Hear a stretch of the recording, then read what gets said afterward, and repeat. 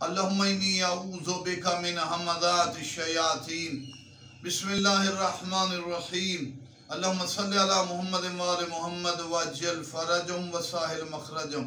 आज हम किबला उस्तादुल उलमा पाकिस्तान में इल्मी इनकलाब के बानी किबला मोहम्मद यार शाह साहब के वो फर्जंद जो बेटों में किबला को सबसे ज़्यादा प्यारे थे, बड़े नमाजी, मुत्तकी, परहेजगार, बड़े अज़ादार, रोने वाले, दरवेश और मुस्तजाबुद्दावात। ये मैं नहीं कह रहा, अलीपुर में अहले सुन्नत लोग कहते थे कि ये अल्लाह के वली हैं, दुआ करें तो दुआ कबूल होती। यानी सैयद मोहम्मद सैयदैन किबला के प्यारे बेटे जो बहुत बड़े अज़ादार, दुनियादारी से दूर, अलग थलग, जैसे सराइकी लोग कहते हैं ना तेरी वाले ना मेरी वाले, यानी गीबत से दूर, महफूज, फकत अज़ादारी तस्करे में रह जाते थे।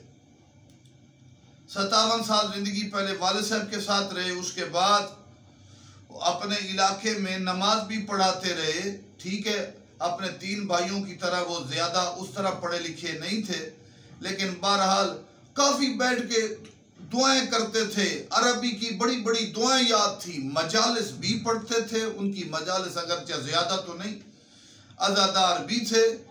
और एक दफा का वाक़या है, मैं यहाँ अलीपुर में था, उनको एक बहुत बड़ा दाना निकला, बहुत ऐसे कहते हैं चेहरे के साथ ऐसे। तो डॉक्टर साहब ने कहा कि मैं ना आपका ऑपरेशन करके इसे तोड़ दे। तो कहा नहीं, ऐसा ना करें। फिर रोते थे, गिरिया करते थे, गिरिया करते करते अपने आंसू उस मोटे दाने पर लगाते थे। वो आंसू की वजह से दाना खत्म हो गया। इतनी अकीदत मोहब्बत वायरे लोगों की, बनी उमैया के अजीब पराबोगंडे, कितनी अकीदत थी किबला मोहम्मद यार शाह साहब और उनकी औलाद में। बाज़ तासुब रखने वाले जोहला लोग भी इन्हें वहाबी कहे, जो अकीदत मारिफत में जिनकी जिंदगियां इश्क मवद्दत व अकीदत और इख्तियारात मासूमीन के बयान में हो, तो इससे बड़ा कायनात में क्या बड़ा जुल्म। पाकिस्तान को इल्मी लिहाज से बनाया भी इस खानदान ने, विलायत फजाइल भी इन्होंने दिए।